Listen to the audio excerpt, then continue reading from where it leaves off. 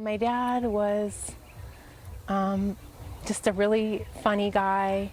He had a heart of gold. It's an unimaginable loss for any family. But Heather Saragione is trying to understand how her father could go to work Saturday trimming trees and not make it home. When they were waiting for paramedics to come, the guy who hired him actually called me to tell me that he found my dad, hanging from the tree, unresponsive. David Saragione was working a job in Sherman Oaks at the home once owned by Eddie Van Halen when he stopped responding to his crew on the ground. He was 50 feet in the air and unresponsive.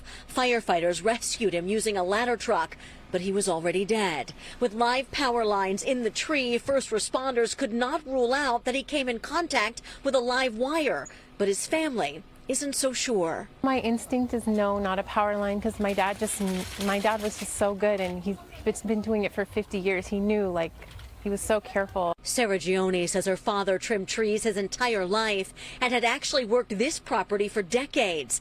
At 70, he still had to work, so he picked up jobs from loyal customers and was hired Saturday through Hollywood Tree Service. He was still, really amazing at it. He could climb so high like a monkey, and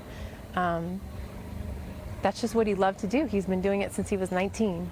An autopsy is scheduled to determine whether he was electrocuted or suffered a medical emergency. But the reason he died will be little comfort to his grieving family.